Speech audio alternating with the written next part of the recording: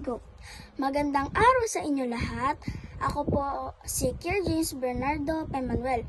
Ako po ang mag-uulat sa Balitang Hirit.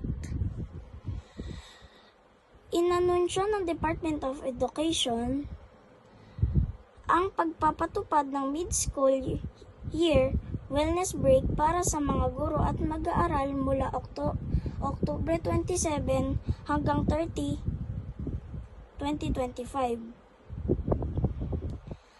Dinidirekta ang mga paaralan na bigyan ng oras para makapagpahinga ang mga guro at isagawa ang mga in-service training inset pagkatapos ng break.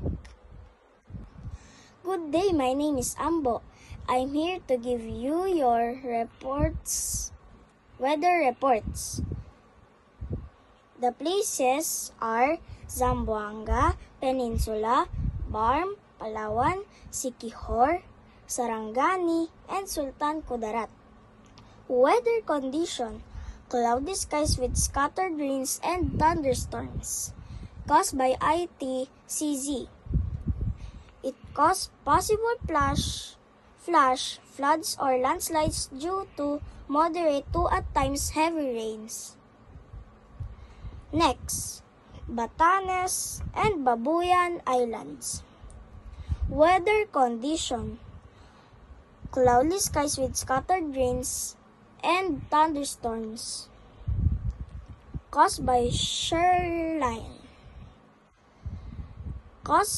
It caused possible flash floods or landslides due to moderate to at times heavy rains. The next is Aurora and Quezon. Weather condition: cloudy skies with scattered rains and thunderstorms caused by easterlies. It caused possible flash floods or landslides due to moderate to at times heavy rains. Next, the rest of Visayas and Mindanao. Weather condition: partly cloudy to cloudy skies with isolated rain showers or thunderstorms caused by ITCZ. It caused possible flash floods or landslide during severe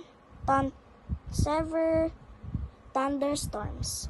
The last is Metro Manila and the rest of Luzon.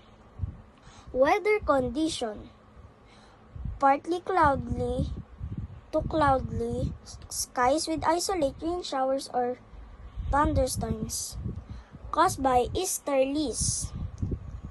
It caused possible flash. Bye. I hope you enjoyed this. Keep dry and safe.